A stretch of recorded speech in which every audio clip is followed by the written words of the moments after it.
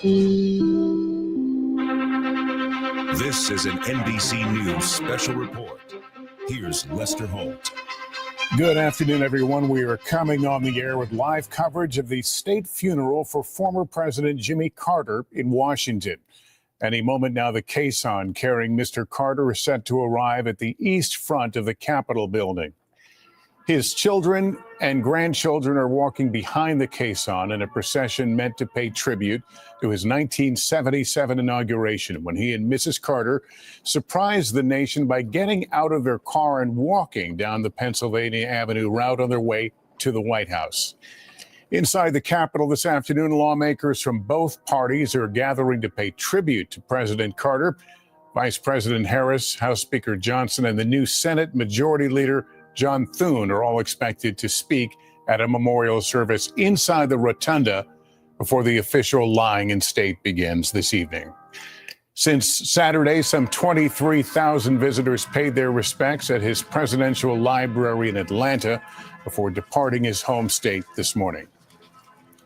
He left on what was dubbed Special Air Mission 39, a plane normally part of the presidential fleet, but for this mission identified as Air Mission 39.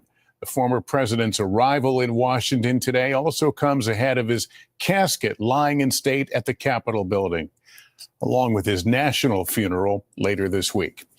Let's go straight to our senior White House correspondent, Kelly O'Donnell. She's been covering the former president for years. Kelly, good afternoon. Good afternoon, Lester. What is so striking today is that it tells the story of Jimmy Carter's public life. This return to Washington, of course, honors not only the man, but the office of the presidency. Earlier today, there was a solemn and emotional leaving of the Carter Center. That has been the place that for the many decades of his post-presidency, the work of Jimmy and Rosalind Carter really was embracing their pledge to serve democracy, to try to help global health, all the different initiatives. Back in Washington today, part of what is striking is the temperature, bitterly cold here. And one time when I was talking to President Carter, he reflected on how his own inaugural had been such a cold day. You referenced that he and the family exited the presidential motorcade and walked down the path to the White House. That's reflected in the caisson today. And also the east front of the Capitol, where Jimmy Carter was the last of our modern American presidents to be sworn in on that side of the Capitol. Ronald Reagan chose the west side, the west front as it's known, because it looked toward his home state of California. So today is really about the rituals and the ceremonies of a national mourning. And in some ways, that's in a bit of conflict with who the man was. He was certainly very ambitious for his goals. He was knowledgeable. He was successful. But there was a humility and a simplicity about the life that he led, both inside the White House, where he was known to wear a sweater and to turn down the heat during a period of energy crisis, and also for the work that he did and the life and the way that he lived in his hometown of Plains and the way he engaged in the world in the time since. So that contrast of a man who really embodied a simple existence and yet attained the highest level of power, had enormous influence around the world, not only in office, but for many decades since. Lester? All right, Kelly, let me go to Ryan Nobles. He's outside on the east front of the Capitol. Ryan, we note this has been an unusual time in Washington on many levels, not to mention the major snowstorm, the certification of the votes yesterday, and now welcoming for one more time a former president to the Capitol. Yeah, that's right, Lester. And Kelly makes note of just how cold it is out here on the East Front. That's indeed true, about 20 degrees. We're seeing whipping wind chills as well. But that has not stopped at all the efforts by the military guard that is out here set up, ready to welcome the president's casket as it makes its way to the East Front. All four branches of the U.S. military are represented and spread out along the East Front. They were part of the procession that's made its way up Pennsylvania Avenue from the Navy Memorial where the casket was put on that caisson, and the horse-drawn caisson to be brought here to the East Front before it makes its way up the steps and into the Rotunda to lie in state. Now, this is what we're expecting. Once that horse-drawn caisson makes its way to the East Front, there will be a group of what they describe as body bearers. These body bearers represent all different branches of the military. They will take the casket off of the caisson, and then they will march in a very regimented cadence that you'll actually be able to hear the cadence called out, and they'll make their way up those East Front steps, as Kelly rightly points out, where Jimmy Carter was inaugurated as president of the United States back in 1977, before the casket is then brought up into the Rotunda, where he will there lie in state until Thursday, when the national funeral will take place. And that will be the opportunity for the public to then come and pay their respects to the former president. There will be the ceremony that you mentioned, Lester, where we'll have members of both the Republican and Democratic parties that will honor the former president's legacy. But then at 7 o'clock tonight, that's when the public will have the opportunity to come through, walk by the casket, and pay their final respects. And they'll have that opportunity until midnight tonight, then all throughout the day on Wednesday, and then part of the day on Thursday as well. So this part of the process of honoring the 39th president of the United States. And you can see as that horse-drawn caisson makes its way here now to the East Front of the Capitol, the family members from the Carter family trailing behind the casket, much like the former president, as he broke with tradition and got out of the motorcade and walked from Pennsylvania Avenue from the Capitol to the White House when he was inaugurated. Of course, now making the reverse trip back here to the Capitol, his final days here in Washington, his last trip to Washington, D.C., the former president of the United States, Jimmy Carter. Lester. All right, Ryan, thanks. Let me go to Hallie Jackson, our senior Washington correspondent. Hallie, taking this all in, what are your thoughts? Looking at these images here, Lester, it is a moment like this when you think about not just the person who is being honored and remembered, and former President Jimmy Carter, but the way that at this moment you have Washington in many ways coming to a stop for this moment, for the one that we will see on Thursday, the national funeral service there for former President Carter. We will see at that time former President Trump, for example, who has said he will attend in the same room as President Biden, of course, the man he defeated, may have defeated in this most recent election, of course, up against Kamala Harris there, but one of his political rivals in the same room, in the same place. Even as you see at the Capitol here, members of both parties here, the incoming Senate leader, the former House Speaker, a Democrat, top Republican, coming together here to honor somebody who had a somewhat turbulent political career in the White House, somebody who ended his time not popular with the American public, but who worked so hard after leaving the presidency to bring people together, to work on his humanitarian efforts, to instill tenets of democracy among those around the world. It has long been said that he may be a more popular ex-president than president. I think there are some historians who would take exception to that, some Carter experts who say he did so much even while in office that his legacy should be remembered in that way as well. But this is a moment where Washington comes together here, and we're going to see that throughout the course of this week, even on this frigid day here in D.C. Remember, too, Jimmy Carter was a man of deep faith. This is somebody who continued to teach Sunday school in Plains, Georgia, well into the latter part of his life here, somebody who held close to those religious philosophies. He described himself as born again throughout the course of his career.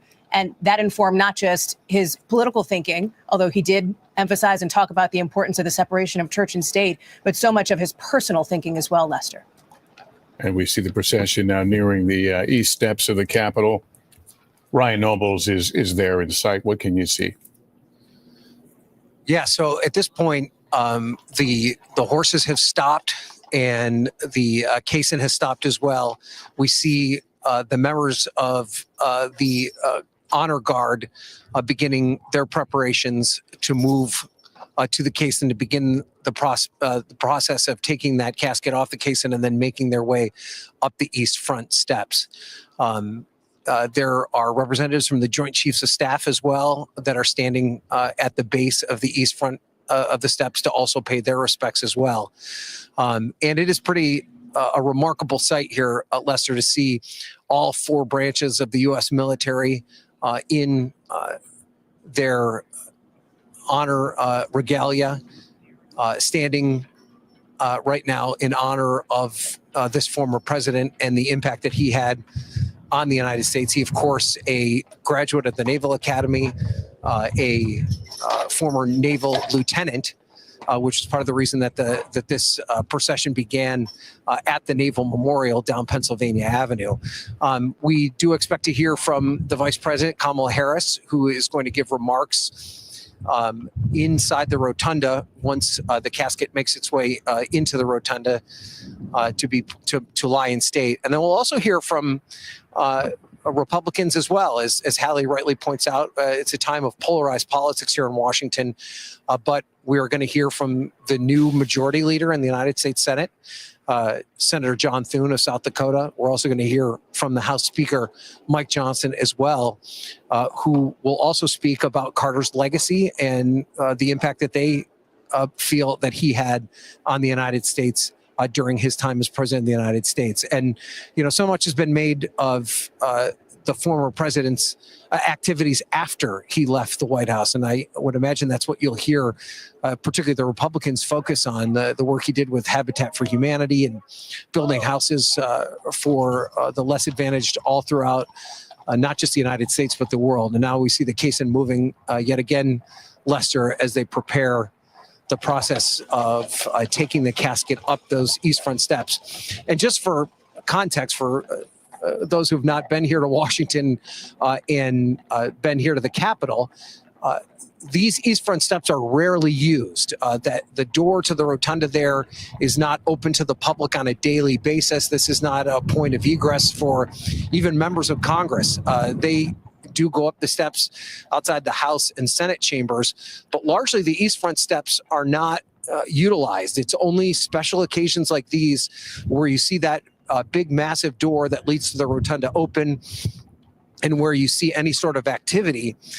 And just to keep in mind, when you see these body bearers that will represent all four branches of the United States military walking up these steps in a very rigid cadence, that is a steep incline that they are going to be going up on a very frigid day. And so this is not any sort of easy responsibility that they have here in bringing up the former president's casket and his body on such a reverent day. So it's definitely going to be a challenge. You could tell, Lester, by the way that those flags are moving right now, just how intense the wind is right now on the east front of the Capitol. And this east front is often sort of a wind tunnel where the wind just whips through this area. And we're definitely experiencing that right now as it is very cold. Yeah. And so this will definitely be a challenge for these body bearers. But my guess is that it will not seem like a challenge as you're watching at home, but it definitely will be, Lester. We expect, Ryan, the 21-gun salute to occur here in a moment. And we should note the plans for the final farewell to President Carter have been laid out literally for years. But it is a breathing document and has made allowances and changes dictated by the weather on this cold January day and the day leading up to this. So they have remarkably found a new schedule and pretty much stayed on it. The family in positions right now, honor guards in place right now. Kelly O'Donnell, as we watch this, we are about to hear, as I said, the 21-gun salute. And Jimmy Carter himself designed these events, and he chose some of these important details, like going to the Navy Memorial, which he signed into law and authorized its existence back in 1980, and having his family with him, 3 sons, his daughter Amy, who was certainly very prominent during his time in the White House as a little girl who attended public school in Washington, D.C. Each of the details that unfolds, from selecting the music to choosing among many different rituals that were options for him, he would revise it and change it over time. And in part, that's why we will see the sons of some of his contemporaries participate in the next few days, because Jimmy Carter at age 100 outlived so many of his contemporaries. But this is a ceremony that reflects him, reflects his service to the country as a graduate of the Naval Academy, the only U.S. president who did so. He was of the generation of World War II as a midshipman and then later served in Korea. And of course, his time in office was 4 years. Once I spoke to Rosalind Carter about that notion of him being so popular as a past president, and she rejected it quickly and said, no, no, no, he was a very fine president, and that history will record him as such. And there are many parts of our life today that he had a hand in by putting in policies, by having views that were perhaps ahead of his time, like solar panels on the top of the White House and things like creating the inspector general role in government where citizens can have accountability of their government. So important after the Watergate years and the loss of trust. The first president to release publicly his taxes, followed by all of them except for Donald Trump. Those kinds of small aspects of his presidency do sort of tie a thread to the modern moment we're in now. He and Donald Trump spoke by phone at times.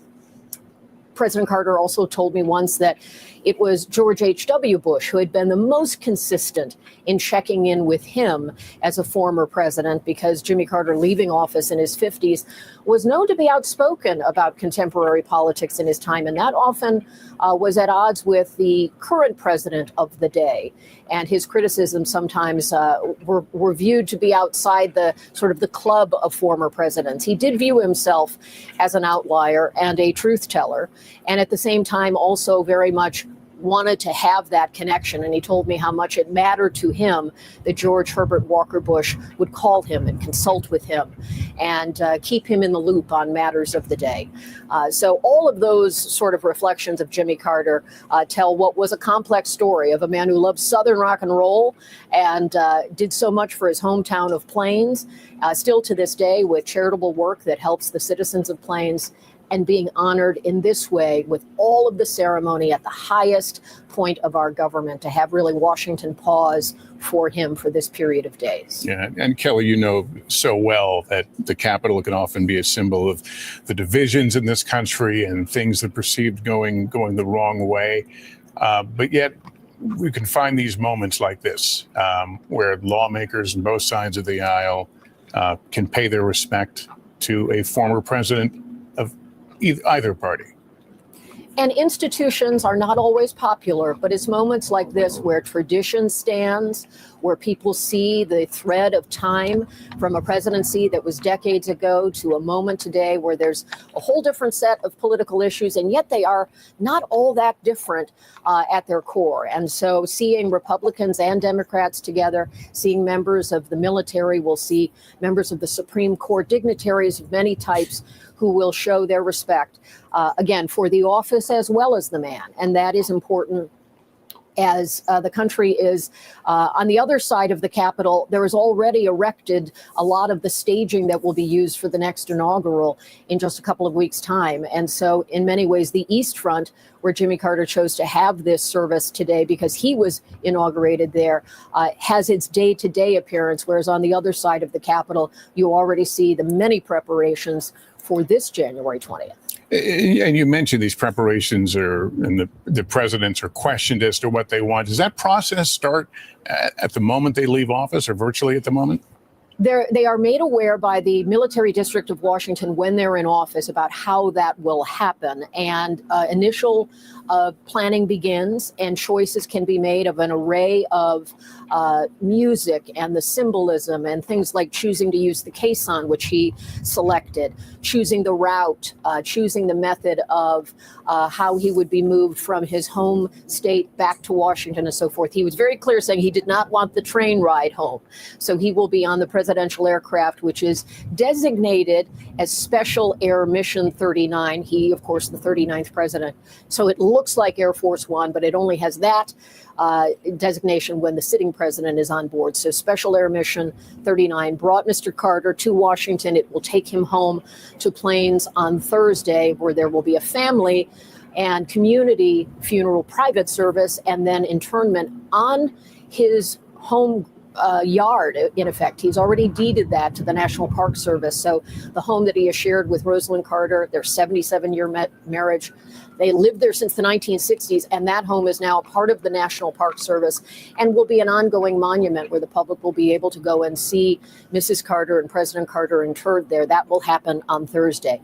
Over these next couple of days, it is the Washington portion where the American public can come through at the Capitol and pay their respects, and where leaders will be able to pay their respects. And certainly as the years went by for Jimmy Carter, he would review the plan and make adjustments to it. And certainly they allowed for adjustments like he died before the holiday and allowing some additional time for that, allowing some time for the important ceremony of January 6th to certify the election results. So there was some flexibility in it, but there's always multiple days that allow the country in both personal ways, biographical ways, and then ways that tie all presidents together in this. Hail to the Chief, by the way, is only played for the sitting president and at the time of a president's funeral. So you will hear Hail to the Chief, but that is only done for the sitting president and when we say goodbye to a president. Let me bring back Ryan Nobles right now. Ryan, okay, we're going to go to Jonathan Alter first. Jonathan Alter is a NBC News contributor. He's the author of a book about Jimmy Carter. We've heard a lot of tributes over the last several days, Jonathan. Which thought perhaps sums up his life best? So, Lester, I think it might be something that Jason Carter, Jimmy Carter's grandson, who chairs the board of the Carter Center, that he said the other day at the Carter Center. He said that somebody told him, it's amazing how much you can cram into 100 years. This was an epic American life that went way beyond his 12 years in 4 in the Georgia State Senate, 4 as governor of Georgia, 4 as president. So his public service extended over many decades, and I think provides a kind of inspiration for us in charting our way forward and making sure that we all understand that whatever the politics of the day, we are fundamentally a decent people and that we can get back that sense of decency. And I think that is a partial explanation for this quite astonishing outpouring of respect and even love for Jimmy Carter, because he represented a life that was ambitious, not just for himself, but to better the lives of people all over the world. How is his, you've been in contact with family members. How do they approach this moment? Certainly we knew for many months now that his time was near. Well, I think, it's always hard when you lose a parent, and it's just been a little bit more than a year since Rosalind Carter died. So they lost 2 parents in short order. Obviously, they were prepared for it. But I think they are appreciative that the Jimmy Carter that they knew and loved and understood is now being seen that way by millions of other people all over the world. And so I think even they, from what I understand, have been really surprised at the level of the outpouring. There are African children named after Jimmy Carter. This is a man who was born in Jim Crow segregation, Jim Crow South, barefoot as a young boy, no electricity, no running water. And he went from those origins to becoming a global humanitarian icon. So I think that they're increasingly understanding that their father had a classic American story and that it was a complex story full of plenty of setbacks. And he certainly had his shortcomings, And he obviously was a political failure. He lost to Ronald Reagan in 1980 by a large margin. But he was also a visionary, particularly in the area of energy and the environment and on foreign policy, where he was responsible for the Camp David Accords, the most enduring peace treaty since the end of World War II. I know these are big accomplishments. I know there's really no answer to this question, but I'll ask it anyway. In this political environment, could a man like that succeed? That's an open question, Lester, but I wouldn't say no, because, one of the questions that we're all facing as we approach the beginning of a new administration is Donald Trump in the American grain? Is this who we are? And I think the answer to that has to be maybe not. That, we are a people that can have many different qualities at once. And I think ultimately we are an idealistic, decent people, and that somebody who came along and appealed to what Lincoln called the better angels of our nature could have a shot again in politics. Obviously, maybe not for a while, but remember, Carter was elected in 1976 in the wake of Vietnam and Watergate, when our lack of faith in our institutions, our cynicism, our bitterness were about what they are now. And yet he appealed to what he called a government as good as its people, to say that actually, no, a lot's gone wrong in the 1960s and 70s, but we can come back. And democracy has always been about renewal. It's always been about finding new ways of facing the future with an open mind and an open heart. And I think Carter, in that sense, is a very American figure. And there are others like him out there, maybe inspired by his example, who are young now, but thinking maybe I can do something beyond just making money and make a contribution in other ways, whether in public service in the government or in my own community. Jimmy and Rosalind Carter were very active in the Plains community until their mid-90s. They were doing all kinds of things. And at their church, Jimmy Carter cut the grass and Rosalind vacuumed the sanctuary. They were all about doing things not just for themselves, both of them plenty ambitious, but also ambitious to do something for other people. And you had that's the feeling a pretty that, good lesson. And you had the feeling that it was never for the photo op, that it was who they were as people. So for a long time, people thought it was for the photo op, even after he became president. Like, he'd carry his own bags and they'd say, oh, the bags are empty. This is all just a show, But as time went on, people realized it was genuine. He was a genuinely modest person.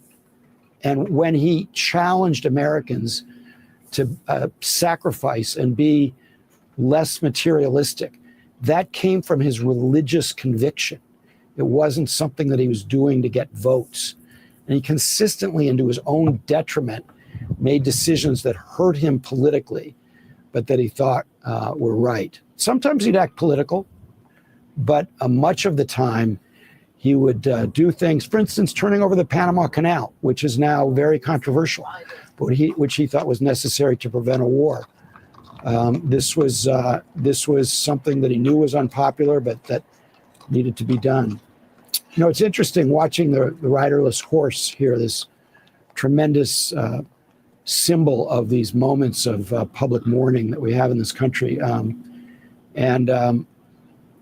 My understanding is the saddle is put backwards because it's for the dead commander to be able to look back on the troops behind him so that he can have one last look at those he inspired. And in that sense, it's a beautiful symbol. We are looking at the remains of former President Carter as we look at the caisson. We saw the family moving in a moment ago, and we expect shortly 39th president to be carried up the stairs into the east front of the Capitol.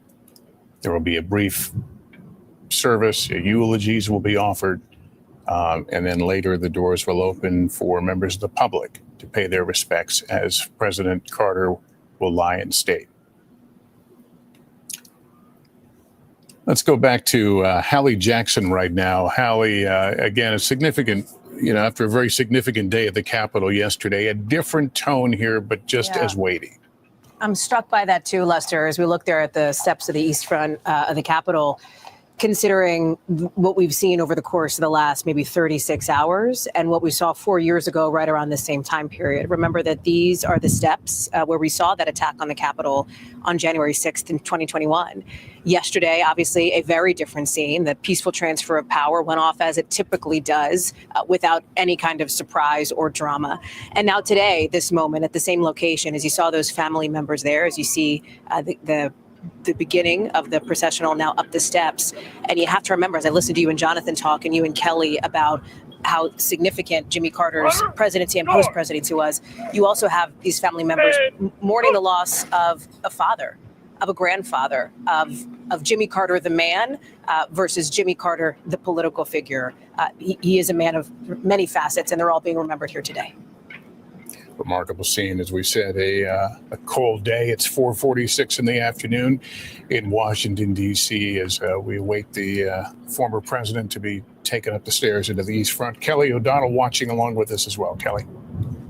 Well, I'm struck also about that personal side of the family of Jimmy Carter, his son Jack, his son Jeff, Chip, who is James Earl Carter III, daughter Amy, their children, an extended family, a life that spans 100 years, certainly has a broad family. And his sons were very much a part of spending time at the White House, lived in the White House for part of that, even though they were young adults. The changes that were brought by the Carter administration and service, he created the departments of energy and education that are just very much a part of our daily life now.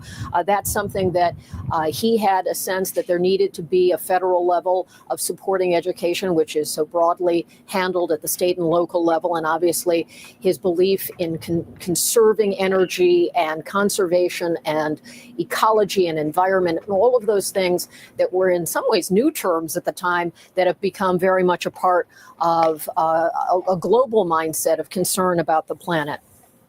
For family members, there you see Chip and probably his wife as well, and members of the family who will receive the casket as it comes up the stairs. All of this is something that is in some ways different than their lives. They don't live public lives. As presidential families, they have very much private lives, but they are able to tap into this and recognize the importance of this ceremony for the country and as a source of pride of the man that they loved and knew as a father. Chip talked movingly about having trouble with Latin in school and how his father took his textbook, studied it for hours himself, and then tutored his son in Latin, leading to a good score. That kind of personal involvement in his children's lives is something that they hold those stories dear, and we're lucky enough to hear some of them during times of mourning like this. In Plains, I've spoken to so many of his friends and neighbors who would share a meal with him, who would see him and Mrs. Carter, Rosalind Carter, at the local market or visiting with neighbors, very much living among them.